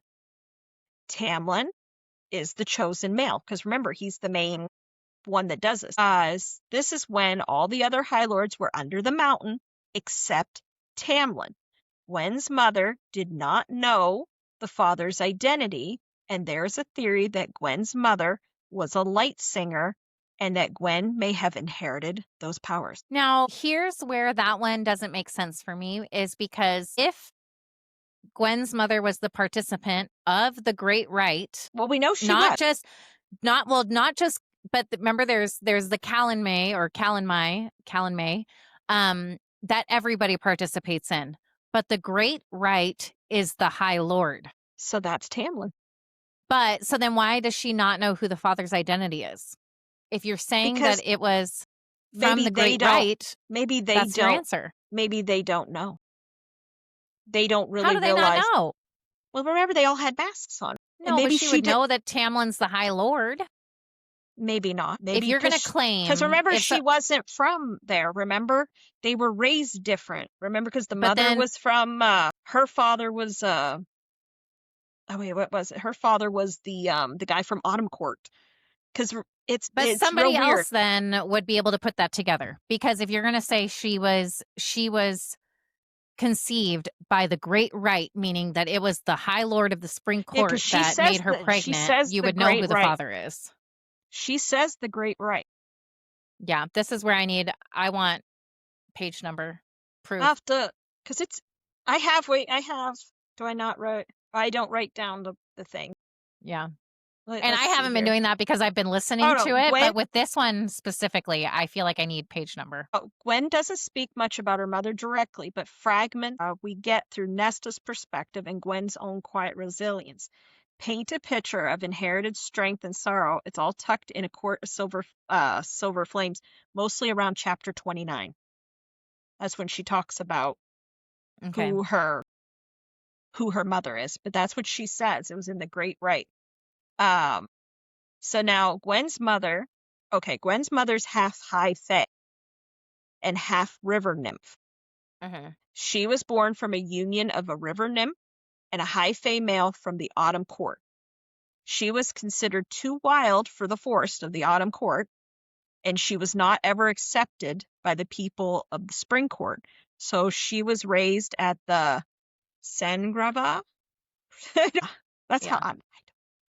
And then, now this is the Great Right. Now, during the Calumet, the Sacred Spring Festival, Gwen's mother participated in the rite and was chosen by magic for the union with the high fae male. She became pregnant that night with twins, Gwen and her sister Katrin, but never revealed the identity of their father. Okay, but we so know this it's is a where it's giant important. orgy, though. I mean, it Well, is. so Once he and that's where the difference between just the right and the Great Right is important. Because if we're saying that she was chosen in the Great Right, that means it was with the High Lord. If it was just the right, then it was any of those orgy members. As you go through it, you have to see specifically what she says. Yes, yeah. Because when you just read that, that makes sense that it was just any male, right? But I don't know. She participated in the rite, and she was chosen. But I don't think, though, when it's all the other people, like when they're big orgy thing, I don't think the magic chooses that. I think they get with whoever. I think the magic part is where it shows that it was Tamlin and her mother. Because that's what I think. What color eyes does Gwen have? They're not green, are they? I feel like they are green, but I'll have to, yeah. Wouldn't that be? I don't know. Because I know she has red hair, though. But that comes from the Autumn Court part. And then I always say, is it possible that it wasn't the Great Right under the mountain? And was it possible that it was Tamlin's father, that Gwen's mother, and that he was already Tamlin dead. and Gwen? He was already dead because Gwen, they said, is only 20-some years old, they said. She's about the same age as Feyre. Or Nesta. It was one or the other they were talking. So his dad's been gone for But then do they age? Do they age differently or no? I don't know, because she's half water nymph and stuff, though. I don't know. Yeah. Because the lesser fae age differently than high fae. Well, she's partial high fae. And partial lesser fae. And then also water nymph. Because water nymph is lesser fae. So, I don't know. Okay. So those are going to be things we're going to look into. Anybody that has opinions, let us know, because this is a big one. This is a big theory. But it says I guess I wrote the note here. It's all tucked in silver flames around chapter 29. So we'll have to look at that in there. So the high fae grandfather, he's from Autumn Court. Now he could be Baron. We know it was a high fae. What if Baron was her grandfather? Because remember, the grandmother. Yeah. Or it could be Eris, or it could even be Lucien. Because remember, they're all like 500 years old. Because Lucian's much older. He's closer, I think, in Rhys's age category. Right.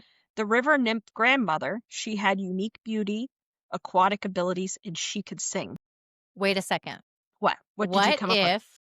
What if So the Great Right, okay, Tamlin had picked some lady, and Gwen's mom just was in the right. And what if Lucien is her dad? Because we know Lucien has participated. And red hair. He does have red hair as well. But we do know, though, the High Fae grandfather is from the Autumn Court with red hair. More than likely, because I think most of them have red hair from Autumn Court. But I So mean, it is her, possible. but wouldn't that make more sense for her grandfather to be from the Autumn Court if Lucien was originally from the Autumn Court? Lucian's not Autumn. Well, he's Autumn Court from his mother. He's not Autumn Court from his dad. Because he's Day Oh, Court. that's true. Okay. The only reason Lucien has the red hair thing happening is because of his That's mother. right. Okay. So, so we've got some holes. Theories. We've got some holes in the theories. If you can plug the hole, let us know. But I'm thinking that Gwen's going to be Tamlin's child.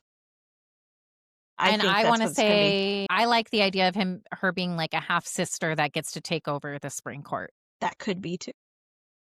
And her being like the first high, well, you remember when Tamlin scoffed that there is no high lady. I guess he didn't really scoff. He said it nicely to Feyre. So he basically told her that doesn't exist. Yeah, it doesn't exist. So what if Gwen coming in and becoming the high lady of the Spring Court? But wouldn't that be, though, if that would happen, though? But would Tamlin be no longer with us if she became the high lady? Yeah. Because he could lose his mind and no longer, that might be his arc of not having Tamlin anymore. Interesting. And then maybe there's some kind of magical bond that basically exposes that Gwen belongs at the Spring Court. See, that's an interesting one too. I just made that up. But as of right now, this is the hills I'm on, that I could die on my hills. That Tamlin is Nesta's father. Mm-hmm. I still have that possibility. And what if he is father to Nesta and he's father to Gwen? Maybe that's why they get along so well. And that's why it's sisterly blood. Oh my. And that's why because she gets along with her so much better than her own sisters, though. Yeah. Because what if that is there's a bond there with them, sisterly bond? Interesting. Now, this is now that takes us then into the next theory. Because we were saying about of Tamlin, because all the other High Lords were all under the mountain. Now, why was Tamlin allowed to just be running around? All the other High Lords were trapped under the mountain with Amarantha. But why was he allowed to run around and have his own court and all that kind of stuff? Because Amarantha wanted him. Well, she wanted him, but what if it is that they were actually mates? Yeah, so I have seen that, and I've seen a lot of people don't like it because Tamlin was a child when Amarantha first kind of set sights on him, which is gross. Well, she was kind of gross. Yeah, she is gross. She's a whore. She was a horrible person. Well, she was an absolute horrible villain in the book. Nasty, nasty. Well, I mean, she kept Jurian. It was just his eyeball and his finger, and she wore his finger as a necklace. And she's like in love with Tamlin, but then like forced Rhys to service her. Yeah, maybe gross. Maybe she pictured him as Tamlin every time. Yeah. Rhys was so good looking. It probably wouldn't be that hard to accept him. Yeah. But they said, now, what if Tamlin was her mate, but he refused the bond? What we know from the books, Amarantha was the former commander there, general, whatever you want to call her, of Hybern. She proclaimed herself the High Queen of Prythian and ruled under the mountain. Yeah. She was obsessed with Tamlin, desiring him as her consort. He refused her advances, which only fueled her cruelty. In retaliation, she cursed Tamlin and his court, forcing him to find a mortal girl who loved him enough to break the spell, setting the stage for Feyre in the trials. Tamlin endured centuries of torment, unable to fight back without risking his people. Now, that wouldn't be centuries because he wasn't that old. No, so that statement's not correct. So it would be 100. It could be 100. Well, it was 50 years under the mountain. Yeah. But we don't know how long she pursued him before she went under the mountain and stuff. So she started to pursue him while they were at war the first time. And that was when Tamlin was young and part of the war band for his fathers. That's when she set her sights on him. And then now of her little 49 to 50 year reign was when she really was telling him, like, I want you to be with me. And that's when he made his little comment that he would rather marry a human, which he had said it as in like human trash, basically. I'd rather marry a human than be with you. And then that's when she set all this up. So that was when she had her sights set, was when, because Tamlin's father was a like sympathizer with Hybern. They were allies at Oh, yeah, that they point. were allies. Now, something else to remember, when the 50 years under the mountain, 3 of the High Lord, the power transferred under the mountain. 3 of them. Their fathers were killed, and then they actually became High Lords while under the mountain. Yes. Now, that was for definitely because Tarquin was one of those. yes. So yes. Summer Court for sure. Summer Court. And then I forget who the other ones. Elain. Okay. I believe the Winter Court. It was Tarquin. Okay. Yeah, the Winter Court. And I think it was the Thesson or Callias. Thesson. Okay. I think it was those 3. Okay. Yeah, because Rhys, we know not. Tamlin, no, because his dad, that happened at a different time before the mountain stuff happened. And we know it's not Helion, because Helion is, he's still there. Yeah. But was Amarantha Tamlin's mate? Some fans speculate that Amarantha might have been his true mate, and he rejected the bond. But I don't know. She obsessed, she raged from the rejected mating instincts. Tamlin's later behavior towards Feyre, possessive, controlling, mirrors Amarantha's toxic traits. Yeah. So if the mating bond reflects one's equal, this theory paints Tamlin in a tragic, morally complex light. Yeah. Because I know you always feel bad for it. Yeah. Well, and I think too that, I mean, I'm going to get deep about this, but like a lot of people who are victims of certain things like this, so like Tamlin being a victim of Amarantha, sometimes they do take on their... Isn't it Stockholm Syndrome? Yes. Yeah. Yeah, or they can like take on that, I don't know how to say it, like they basically will victimize somebody else in the same way. So it was like he was a victim of Amarantha. Yes, exactly. And then he was victimized, or Feyre was then his victim of him trying to keep her and all his rage, and every time she tried to tell him something wasn't going right, how he just freaked out and couldn't control himself. Oh yeah, remember when he exploded the room and she put the bubble around her? Yeah. Because he wigged completely out, and he didn't deal well with when he was very controlling, because once he told her he wanted her to stay in the house and she wasn't allowed to go outside.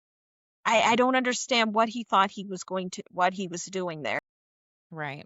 She had been trapped under the mountain all that time in a little tiny jail cell while he's sitting up there on a throne beside Amarantha. He's doing fine. Well, or was he? We don't really know what he endured. We really don't. We didn't get insight. And when they came back, they never discussed it. He wouldn't talk. Oh, no, he didn't want to talk about it. He just wanted to just pick up where they left off and move on. A lot of people are like that when there is something traumatic happen. I have seen where people will have, like, we'll just put this as for instance, have like an affair, and then they want to come back after that and they pretend as if nothing had happened. That time didn't pass, and they want people to act like none of that happened and just kind of brush it under the rug, kind of thing. So maybe that's what Tamlin wanted to do, but Feyre couldn't do that. She had I think she had a lot more trauma though than he did under the mountain. Yeah, and also that she was human, and so all that trauma kind of sticking with her, and her heart is different than Faye hearts. And that's kind of what she said, that she had hoped that her heart would change just like her body did, and Rhys saying, be grateful for your human heart. Yeah. So they just weren't, that's where I feel like they just weren't right for each other. And that's why I sympathize with Tamlin. I think he has a lot of trauma that we don't get Oh, I think insight there's a into. lot more that besides the little tidbits that we have seen of him. I mean, you have to remember he saw his mother, his father, his brothers killed. I mean, they're very vicious people anyways, the way the Fae are. They aren't very like Yeah. loving type of people to begin with. Mhm. He saw all of that, and then if he did go and kill, you know, Reese's mother and that, you know, his sister, she was a young girl, that had to be traumatic, or maybe he Yeah. didn't care when he did it. I don't know. But he has that. Then, you know, then he's trapped with Amarantha. You know, she's telling him this, but then she lets him live his life outside the mountain, but that mask is stuck to his face. Right. I mean, it is a lot of trauma, but I still lean towards he's a. Yeah. He makes a lot of bad decisions. Oh, he Yeah. makes some very bad decisions. Yeah. But is it just, he does it just because he makes a lot of decisions out of anger? Yeah. Yeah, I think his rage, and then Amarantha, you know, just the psychological, what she did to him. I mean, I think that's going to take time for him to come back from that. I agree. So I don't know. We'll see what happens. We'll see. I'm excited to see how this plays out in book 6. I'm hoping that we get answers to some of the questions that we have, but I'm still leaning towards that. I think Tamlin, it's a very good possibility he is either the father of Nesta and Gwen, or it's either he's father to both of them or one of the other. Yeah. I think Tamlin is going to end up with someone else. I think that Lucien and I think Elain will be together. I think Azriel is going to be with Gwen. And what if they have it and then they go and they rule Spring Court? So say if Tamlin is her father, Tamlin goes off the deep and say she becomes the High Lady of it, and then Azriel would be possibly her mate. So I mean, there's so many possibilities. There's so many. So I also think it's interesting that for some, the mating bond takes a while, and for others, the mating bond clicks into place like that. I think that part is kind of funky. Well, we know when Rhys and Feyre, he knew they were mates. He knew they were mates. She didn't feel it at all. He had like an inkling of it, but then he definitely knew when they were up on that rooftop before they left from under the mountain, and then he felt that, you know, that ping of that bond go into place. So that's what I think is weird about it. And then even like Cassian and Nesta, correct me if I'm wrong, I don't remember us getting like a zing, like this just snapped into place for us. I don't know if they are mates. And that's another one. We're going to have to come back to that. To see, I'm not sold 100, but she did change her whole entire anatomy to be able to birth a child of Illyrian. Right. And you know what? I think I did see recently an interview with Sarah J. Maas. Did I say Sarah? Is it Sarah J? Am I getting that wrong? Okay. Yes, it is a J. I don't know why that just sounded weird real quick. But I think I saw one where people asked her about that, and she was like, oh, am I about to ruin a theory right now, like a fan theory? And she had said, like, yes, they're mates. But it could have been about Bryce also with Crescent City. So, because like some people have theories, because remember they're saying about the blood duel, because somewhere someone said that in an interview, I'm gonna have to look and see if I can find it, that she says something about a blood duel, and the only way there's only one person comes out of it. But there's the theory that it's Helion and Baron, because then Baron realizes that Helion, because they think that Helion and Lucian's mother are mates. Okay. But Baron is married to her. They're not mates, but he must be for power, whatever. Right. And that he decides he's going to fight Helion, and that's where they're saying that Helion will be killed and Lucien will take over that court because he is his heir. Helion doesn't have any children that he knows of, but I don't think Helion realizes that Lucien is his son. No, I don't think he knows that. But I like how they've had all these hundreds of years being around each other. And Feyre's there for like a year, and she's like, Yeah. looking at the two of them, and then she's like, Yeah. wait. And Rhys is like, whatever you're thinking, shh. He tells Yeah. her, you know? Yeah. So he probably picked up on it for him to say something like that to her. But well, it's funny too, because he's kind of like admonishes Feyre when she's the whole thing with Azriel and Cassian and more, how she's like trying to figure out what's going on between the three of them when she's first being let in with the inner circle. And he's just kind of like, it's not my business. It's not your business. Like, we have better things to worry about. So it makes me wonder, like, are any of them actually like looking into this stuff like Feyre is? Or is that just like her human instinct to want to know the answers to these things? Well, now the thing that's interesting there, because we're going to get into more and stuff this upcoming episode. So people, again, let us know your theories on some of these things. Now we know Moore likes the lady. She does not want a gentleman. We know Azriel, they always say that he's been pining after her for 500 years, but I believe he's watching her. I don't believe it that he wants to be with her. Now we know she was with Cassian. So we know that. And she did that to be with him so that she wouldn't be able to have to be with Eris, right? That's why she did. Like, I don't think they were ever going to make her have to be with him. I think that was just like.